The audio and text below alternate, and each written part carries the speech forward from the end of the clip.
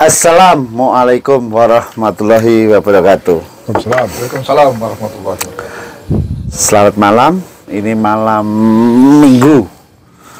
Malam Minggu ini ya? Malam Minggu, Gus. Kita di tengah hutan ini.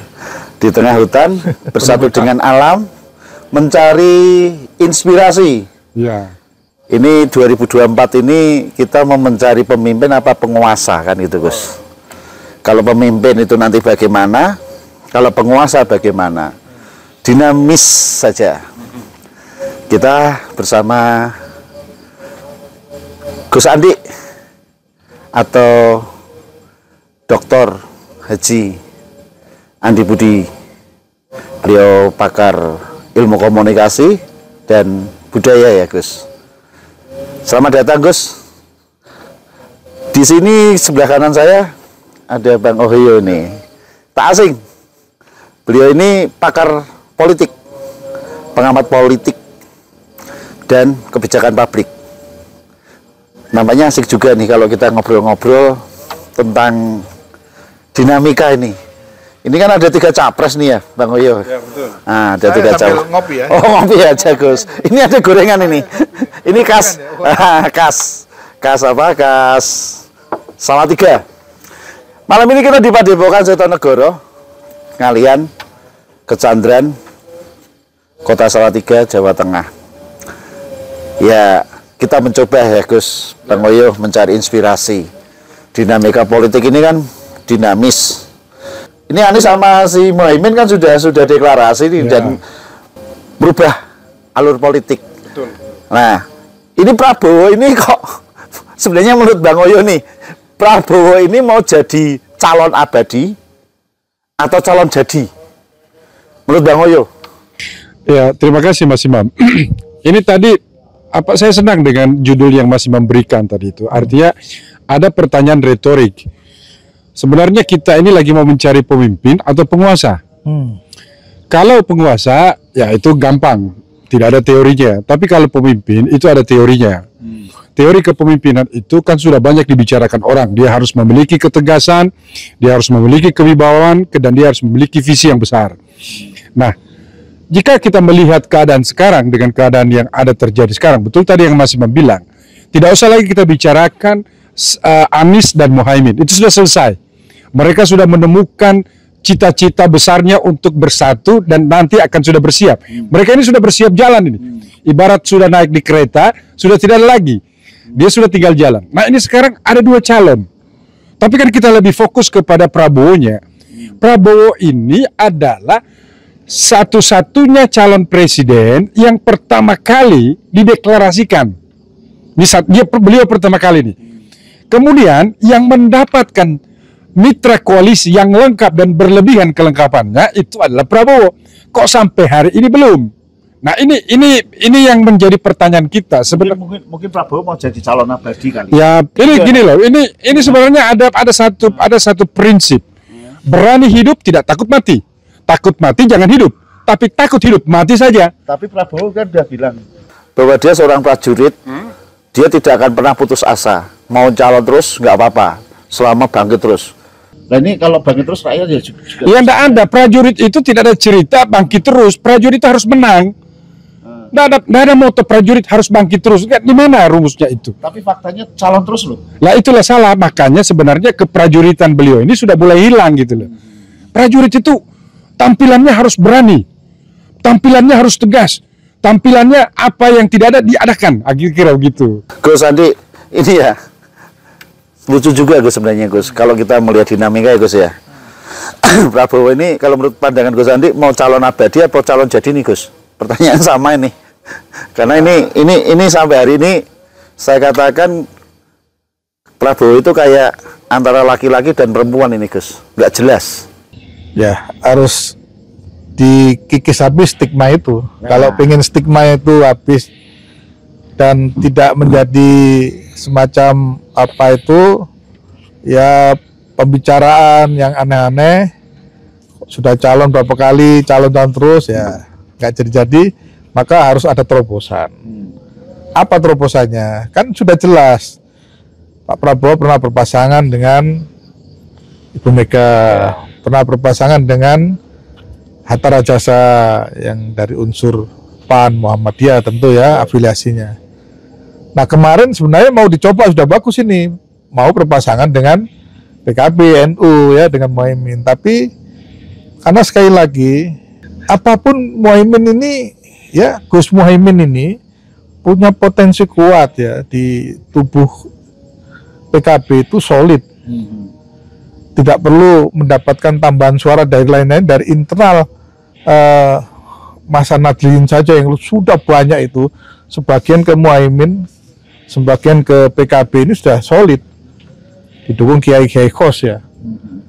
Nah tentu harapan Mas Muhaimin ini kan kepingin supaya all out dalam melakukan satu pertarungan, maka pasangan harus dideklarasikan, tapi tidak dideklarasikan terus, sehingga masuklah PAN dan Golkar. Nah tentu Gus Muhaimin pikiran cerdiknya keluar, jalan beliau. Kalau saya ikut bergabung di kubu yang besar ini, dalam konstelasi dan peta kekuatan real masanya tentu kan kalah dengan Golkar. Maka daripada nanti saya nggak dapat apa, lompatlah ke kelompok perubahan. Berarti dengan munculnya Golkar sama PAN masuk ke Prabowo ini, menurut kacamata kita yang ada di daerah itu, ya mungkin cekatannya Gus Muhaimin ini langsung lompat ke Anies. Betul, itu apa yang dilakukan Gus Muhaimin itu cerdas menurut saya. Nah, ya, Gus? Sekarang kecerdasan itu harus ditunjukkan juga oleh Pak Prabowo. Kan sudah jelas ini, ada dua partai yang masih bergabung ini antara Golkar dan PAN. Dan Golkar itu melebihi suaranya Gerindra loh. Dari kursi parlemen tuh selisihnya 7, lumayan itu, 85 dan 78. Tertinggi Golkar. Iya, dan jangan dilihat Pak Erlangganya saja. Soliditas Partai Golkar ini akan membuat gerakan mesin tuh berkembang cepat dan bisa menghasilkan banyak floating mass ya, masa mengambang itu bisa terekrut. Ditambah basicnya budaya. Betul, apalagi ada teman-teman budaya dan sebagainya bergabung di situ. Tapi kalau Pak Prabowo juga akhirnya terlambat atau tidak segera ya menentukan ini. Ini yang semburat bukan elit-elitnya, bawah-bawah ini. Dan itu akan merugikan Pak Prabowo sendiri lah. Terus apa yang ditunggu kira-kira? Kalaupun ditunggu siapapun, apakah bisa mensolidkan Partai Golkar kalau tidak figur ketua umumnya? Mungkin Prabowo nunggu di halte kali, Gus. Nggak di stasiun itu. Bang Oyo, ini Prabowo nunggu Bang Oyo ya kali ya? Saya nggak ngerti ini apa yang ditunggu oleh Prabowo. Katanya lagi menunggu wangsit. Katanya lagi menunggu arahan. Katanya lagi menunggu, entah kata orang ini kata ya, ini katanya menunggu Gibran dan arahan Jokowi. Tapi sebenarnya dari semua katanya itu tidak ada yang realistik. Nggak jelas ya? Nggak jelas. Katanya itu instruksinya mau apa? Beranikah Jokowi melawan PDIP atau keluar dari PDIP? Saya yakin tidak mungkin. Ya, dua anaknya ada di situ. Apalagi mau menunggu Gibran dipasangkan dengan Prabowo. Kan ini hal yang tidak mungkin. Katanya tadi itu adalah hal-hal yang tidak mungkin dan tidak rasional. Katanya politik itu serba kemungkinan. Ya kalau cari kemungkinan yang pasti terjadi, jangan kemungkinan yang tidak mungkin terjadi. Masa saya harus berkemungkinan saya mau pergi ke atas langit ke-7 sementara tidak ada kita punya persiapan. Jadi bicara kemungkinan harus sesuatu yang masuk akal gitu loh Mas Imam. Nah, itu Prabowo itu menunggu arahan siapa? Nah itulah katanya menunggu arahan Jokowi. Katanya menunggu Gibran selesai nanti diputuskan dalam judicial review dan macam-macam. Saya nggak ngerti, artinya kita ini yang mengerti politik sebenarnya tidak mengerti apa sih yang ditunggu oleh Prabowo itu. 11 bulan yang lalu dia sudah mendebatkan semua peluang dan kemungkinan tadi. Mungkin nggak Prabowo ini memang menunggu untuk agreement ketika dia jadi, agreementnya bagaimana, ketika dia nggak jadi mungkin akan tetap jadi menteri seperti sekarang ini nggak? Ya dari mana? Itulah kemungkinan yang tidak mungkin terjadi karena tidak ada suasana itu gitu loh. Ini kan belum ada pemilu. Dia sekarang sudah jadi menteri, ngapain lagi gitu loh? Apa yang mau ditunggu? Mungkin pengen jadi Menko mungkin ya. Ya itulah tadi Menko abadi itu, kalau mau jadi itu. Jangan jadi calon abadi gitu loh. Menko abadi pasti, tapi calon abadi. Menurut Bang Oyo nih, ini Anies sama Muhaimin. Gus Muhaimin ini kan punya basic NU nih. Ya. Nah, sedangkan sekarang ini muncul persoalan-persoalan yang dinamis sekali. Ya kan, kami dari media ini kan mengamati terus nih dari berbagai informasi. Ada beberapa hal tadi disampaikan Gus Andi, dari hitungan Gus Andi, dan mungkin saya sepakat ini apa yang disampaikan Gus Andi ini, bahwa kekuatan Erlangga ini kekuatan yang mungkin bisa diperhitungkan atau mungkin tidak bisa diperhitungkan. Kenapa? Karena dari Golkar sendiri sudah oke, sudah solid. Dan yang kedua, dari sisi budaya ini Erlangga kan juga punya basicnya nih, terah Jawanya ada. Lah, kalau tadi disampaikan Bang Oyo tentang masalah Prabowo ini menunggu, Gus Andi katanya menunggu, apa sih yang sebenarnya menurut pandangan Bang Oyo tentang budaya ini, tentang politik ini yang ditunggu Prabowo apa ini? Ya, sebenarnya yang ditunggu Prabowo ini adalah sesuatu yang kira-kira gini loh, ini mimpi. Beliau sudah diberi sekarang berkah datangnya Airlangga dan Golkar ke dalam. Ini ujian kedua ini. Ujian pertama adalah adanya Muhaimin dan PKB tidak dimanfaatkan. Akhirnya Muhaimin cerdas. Satu cerdas dan dia juga sangat patriotism, menyelamatkan suara NU. NU tidak lagi menjadi penonton. Dan Muhaimin sudah mendapati janjinya. Dia menjadi salah satu cawapres di dalam konstelasi yang akan datang. Yang kedua ini sekarang ada berkah kedua datang ke Prabowo, namanya Erlangga dan Partai Golkar. Jangan lagi tidak dimanfaatkan ini dalam waktu cepat. Kalau perlu minggu ini, besok, dari setelah kita bicara, besok atau 2 hari kemudian harus ditetapkan. Alasannya Prabowo nunggu arahan Jokowi menurut Bang Oyo apa itu? Ya saya tidak mengerti, saya ini politisi, saya nggak mengerti apa yang mau ditunggu. Ini kan bukan hal-hal yang sifatnya bersemedi, ini hal-hal yang bersifat tenggang waktu. Sudah ada waktu dari KPU ini. Oke, Gus Andi, ini kan ada lucu juga nih antara politik sama hal-hal yang spiritualis ya kan, itu yang natural. Tadi disampaikan apa Prabowo ini memang nunggu wangsit dengan semedi, atau mungkin memang dia memilih jadi calon abadi ya Gus ya. Kacamata Gus Andi ini gimana ini? Ya tentu Pak Prabowo ini kan sudah mendeklar bahwa beliau seorang prajurit ya, dan kebetulan prajurit yang terjun di politik.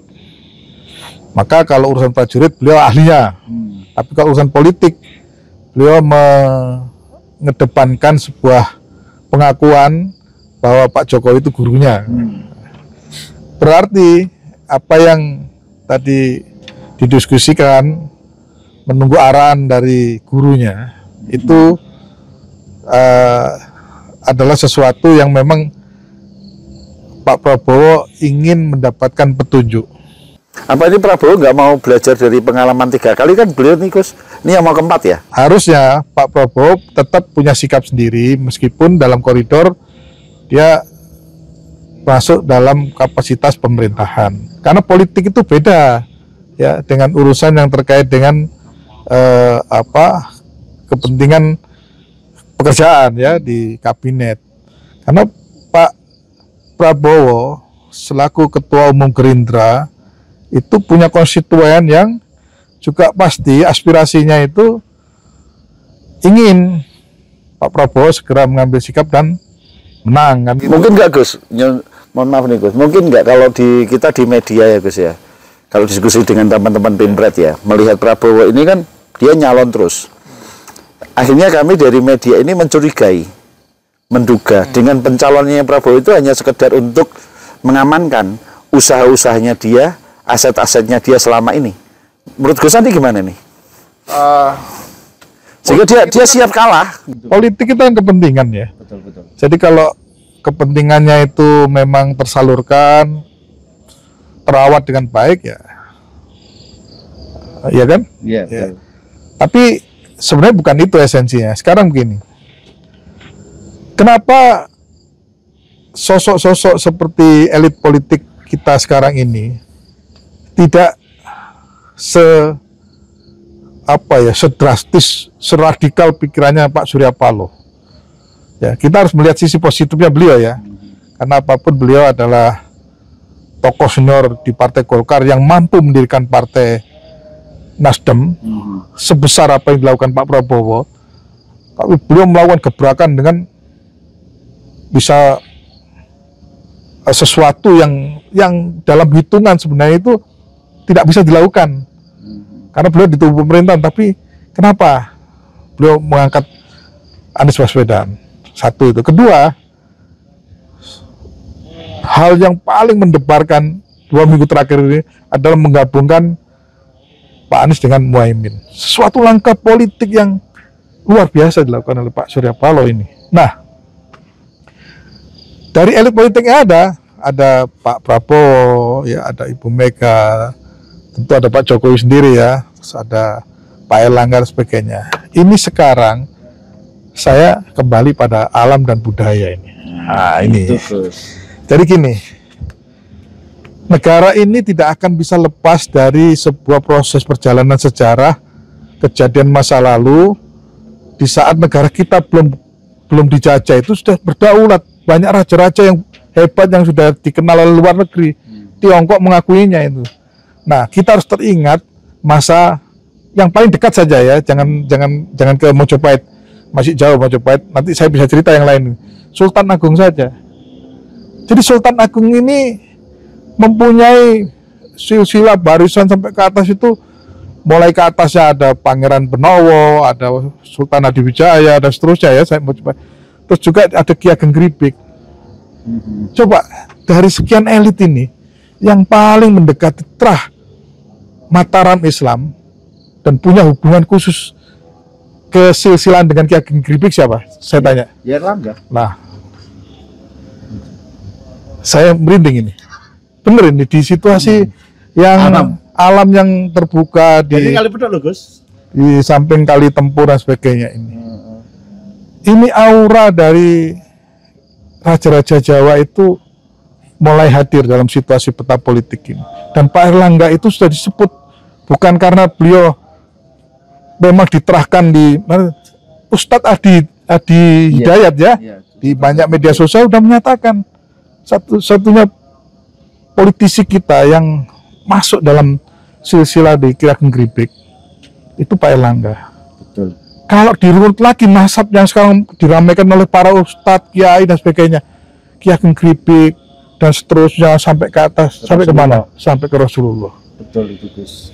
Nah sekarang gini, kita nggak usah melihat popularitas, tidak usah melihat elektabilitas. Pak Erlangga kira-kira kalau dipercaya ini, itu alam akan membackup. Nah ini pertanyaan gini Gus, tadi yang disampaikan bahwa Prabowo menunggu arahan Jokowi atau gurunya.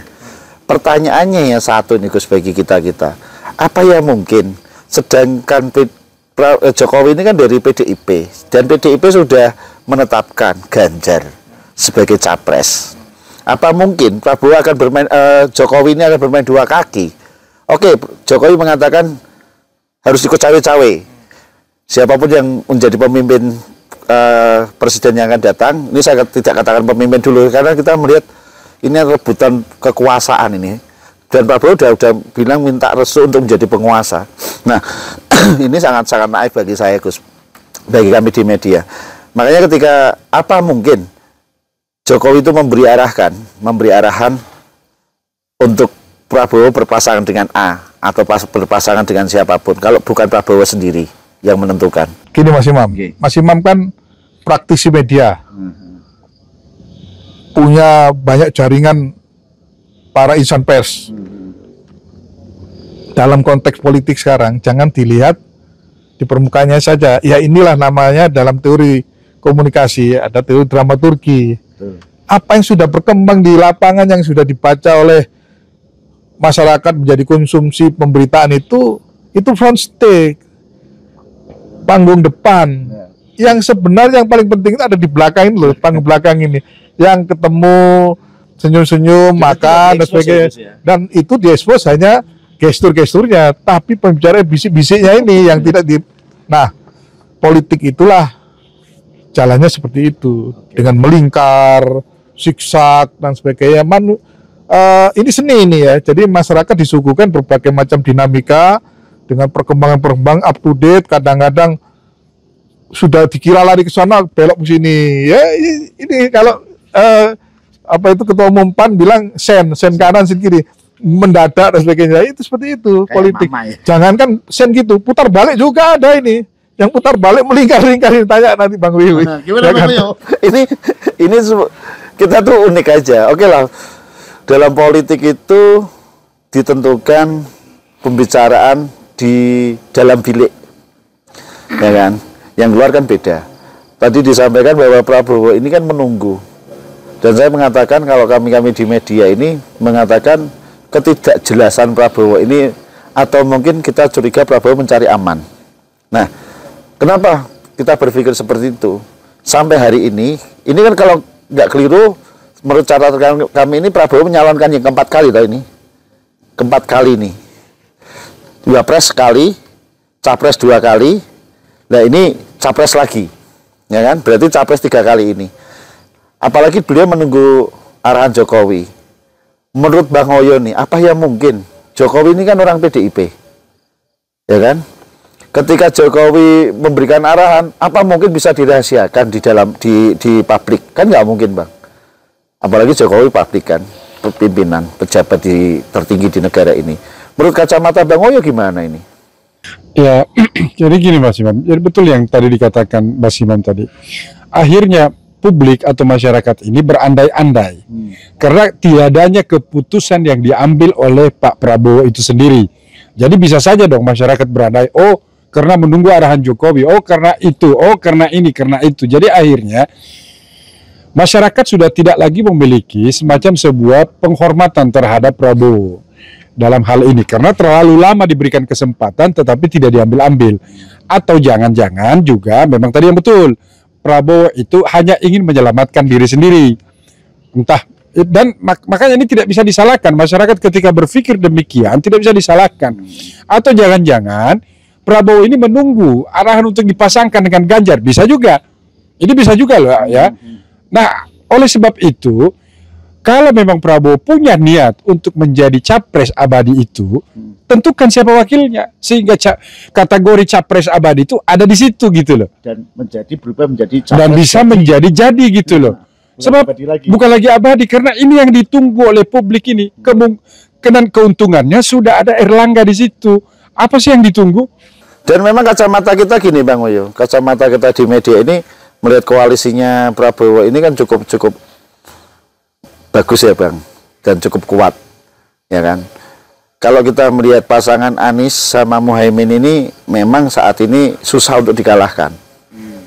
Dari sisi intelektualitas, perubahannya diusung memang yang diharapkan masyarakat seperti itu ya.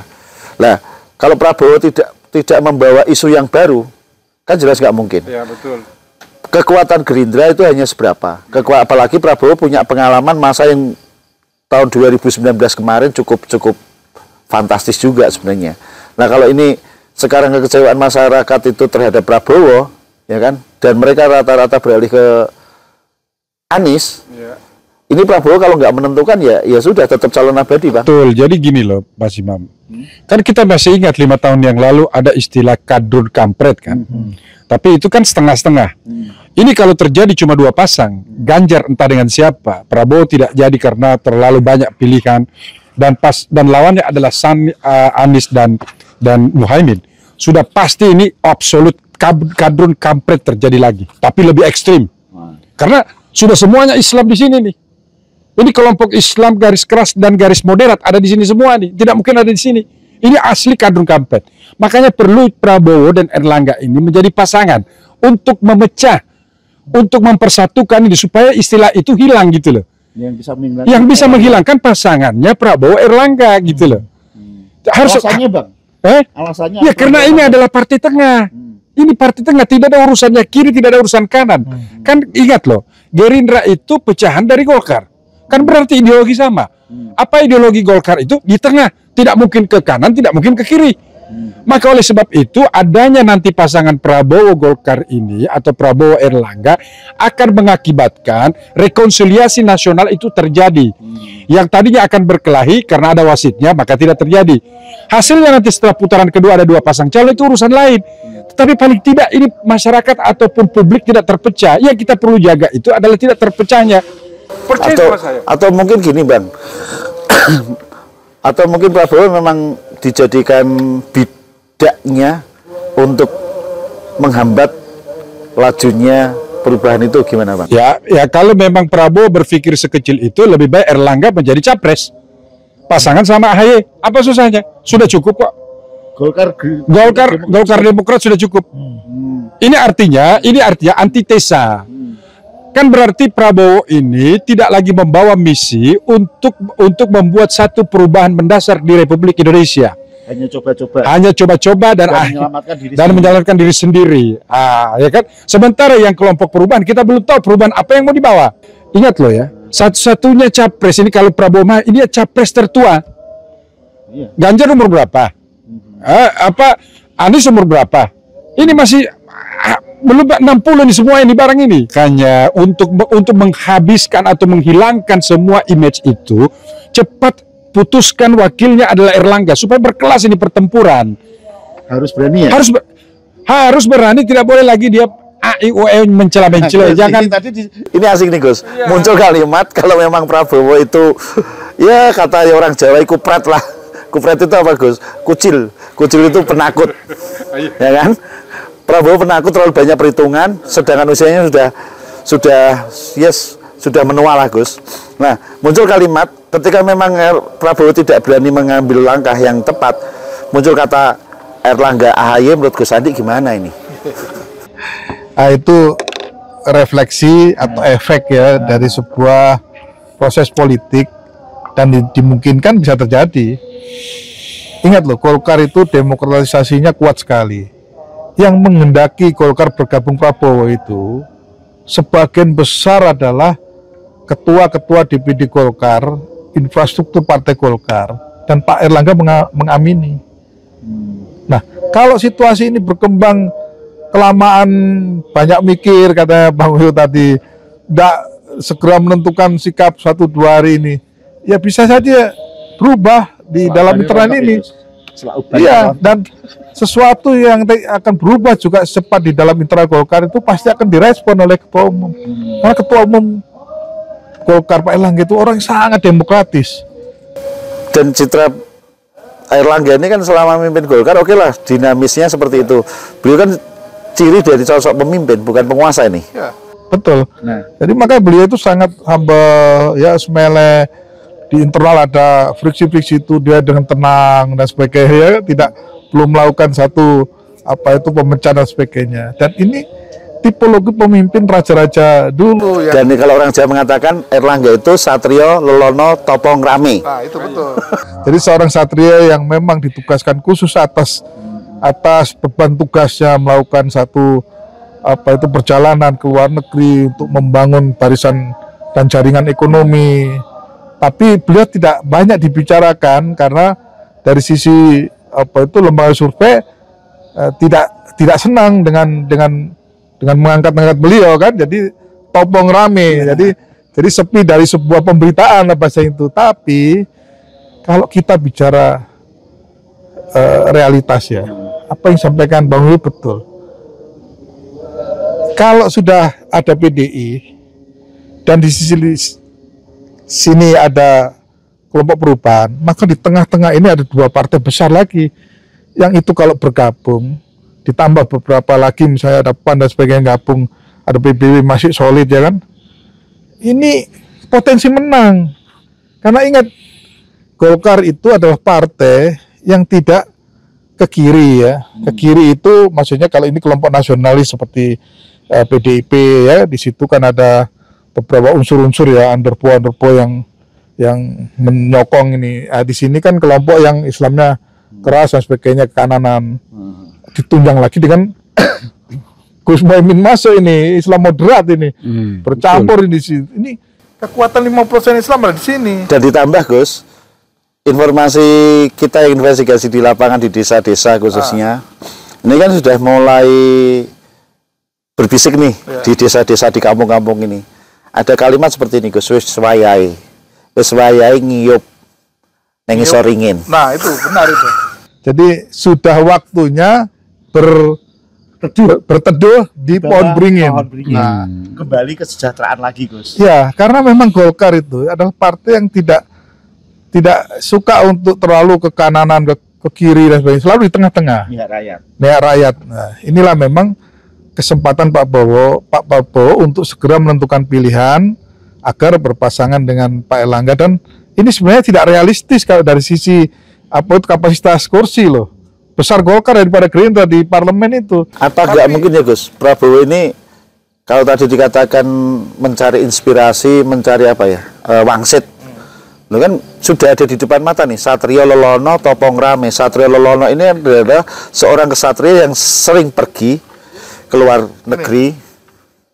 Di Jawa itu kan ada istilah ojo grusa-grusu, ojo kesusu. Memang betul itu. Neng ojo ketinggalan. Ya, betul. Alon-alon yang cepet tekan. Alon-alon ning kelakon, tapi ya ojo alon-alon terlalu nemen nanti gak kelakon-kelakon. Ya kan? Cepet tekan. Jadi ojo kesusu, neng ojo ketinggalan. Jadi harus tepat. Nah, Pegang sama Bang Oyon ini kan ini sudah kelihatan ketinggalan satu ini. Betul. Dengan adanya Pak Muhaimin melompat ke sana itu, sini sebenarnya sudah menandakan ada sesuatu yang tertinggal. Ini aja ketinggalan mana? Karena Bang Oyo tadi udah memberikan satu sinyalemen. Ya udah nggak usah Golkar gabung ini, nanti bisa jadi capres malahan Pak Erlangga. AHY. Ya mungkin dengan siapa aja, tapi yang jelas ini perputaran ini masih ada waktu 1-2 bulan ini. 1 bulan ya, Gus ya. Ya. Jadi ya sampai Oktober. November kan, ya. Pendaftaran tanggal 19 Oktober katanya. Kalau otomatis kan sampai anu kan bisa berubah. oh ya, pendaftarannya. Tapi kalau berubah ini kan sebenarnya rakyat itu jenuh, Gus. Memang kita di desa-desa. Gini Mas Imam. Sekarang ini era sosial media, cepat sekali berubah situasi di masyarakat. Kalau ada berita-berita atau informasi yang langsung terjadi viral dan ditangkap masyarakat. Oleh karena itu, ini hati-hati pada elit, tidak bisa skenario itu dipaksakan. Apapun ya, saya melihat dari satu petunjuk alam dan sebagainya, tidak akan ada sebuah skenario sebesar apapun dipaksakan. Bergolaknya cepat ini. Oleh karena itu, yang paling penting sekarang adalah mendengarkan bagaimana napas rakyat itu. Itu Bang Oyo ini asik ini, semakin asik ini, semakin malam semakin asik nih Bang Oyo. Ada sebuah kata alon-alon, ojo kesusu, neng ojo ketinggalan. Neng ojo ketinggalan. Alon-alon, neng cepet tekan. Nah kan, wayai ngiyup, neng isor ringin. Kan ngoten. Nah, ini mungkin nanti akan menjadi tagline-nya Bang Oyo nih. Ini beliau ini akan menjadi asik ini. Nah, Bang Oyo tadi sampaikan, sebenarnya potensinya antara Golkar sama Demokrat itu bisa terjadi nggak itu? 100% bisa terjadi. Kalau Prabowo P3, pelin-pelan Prabowo ini. Sudah, bahasanya legality aja. Ya, apa itu legality itu? Legality itu apa ya? Nggak jelas. Ya, apa? Yes, statusnya nggak jelas. Iya. Makanya Prabowo ini mungkin akan memilih calon apa? Makanya gini loh, Mas Imam. Orang kalau punya kekuatan dengan alam, artinya dia memiliki kekuatan spiritual. Wangsit pertama datang, dia ambil. Ini mungkin. Saya hanya menyangka aja ini. Prabowo ini nggak kuat dalam spiritual. Akhirnya ketika ada wangsit datang, nggak dimengerti. Begitu ada petunjuk, nggak dimengerti juga. Ingat loh, Prabowo ini orang Jawa. Memberikan arahan itu tidak mungkin bicara. Memberikan arahan itu tidak mungkin pakai perintah. Kita baca aja pergerakan tubuhnya. Selama Jokowi tidak marah kalau berpasangan dengan AHY, berarti itulah petunjuknya. Sebab tidak mungkin Jokowi mengeluarkan satu perintah sementara beliau adalah orang PDI. Intinya Jokowi itu PDI. Sudah, nggak usah pikir bahwasanya Jokowi akan memberikan petunjuk kepada Prabowo. Nggak mungkin. Sampai kiamat ini nggak mungkin. Jadi artinya sebenarnya ini adalah alat uji kepada Prabowo. Kalau Prabowo dalam 1-2 hari ini tidak memberikan respon terhadap masuknya Golkar dan mengambil Erlangga sebagai wapres, Maka saatnya Golkar berpikir lebih baik menjadi capres sendiri. Sama dengan ketika JK ditinggal oleh SBY kala itu, jadi capres sendiri. Keberaniannya JK walaupun bukan orang Jawa, bukan orang Jawa, berani. Tapi itulah kewibawaan Golkar terjaga di situ. Nah, ini bisa Gimana Gus? kayaknya lebih baik dilanjutkan nanti. Kita dulu. Oke pemirsa, sebenarnya ini asik sekali. Cuman karena waktunya sudah menunjukkan pukul 22, kita lanjut yang akan datang. Mudah-mudahan diskusi ini kita tetap akan mendiskusikan 2024 itu mencari pemimpin atau mencari penguasa. Kalau mencari penguasa itu akan dibina oleh oligarki. Tapi kalau pemimpin akan dipilih oleh rakyat. Mungkin itu yang bisa kita sampaikan untuk episode ini. Sampai ketemu. Wassalamualaikum warahmatullahi wabarakatuh. Terima kasih Bang Oyo. Sama-sama. Gus Andi. Terima kasih. See you.